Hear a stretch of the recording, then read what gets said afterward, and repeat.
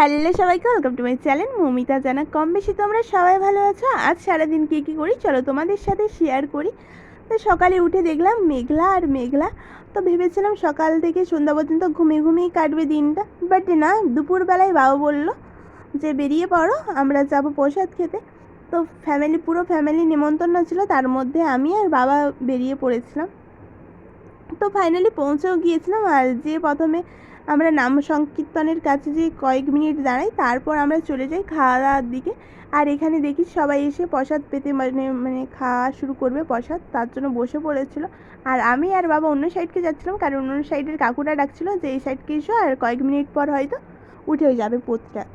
তো এখানে এইগুলোকে বলা হয় পোত। তো তারপর আমরা চলে যাই বাবা আর মেয়ে অন্য সাইডকে, ফাইনালি বসে পড়ি, যেখানে পাতা, লবণ, লেবু সঙ্গে আলু ভাজা দিয়ে দেয়। তো খাওয়া শুরু হয় আর এখানে প্রসাদ এসে যায়। আর তোমাদের ওখানে কাদের এইভাবে বোতলে করে ঘি দেয় অবশ্যই কমেন্ট করবে। আমাদের এই সাইডে কিন্তু প্রায় দিয়ে থাকে দেখছি। তো এখানে ডাল, সবজি, রসা আর অনেক কিছুই আসে। তো খাওয়া দাওয়ার পর চলে যাই নাম সংকীর্তনের কাজকে। ভিডিওটি কেমন লাগলো অবশ্যই জানবেন, ভালো লাগলে লাইক কমেন্ট শেয়ার করবেন, ইউটিউব দেখলে সাবস্ক্রাইব করবেন। রাধে রাধে।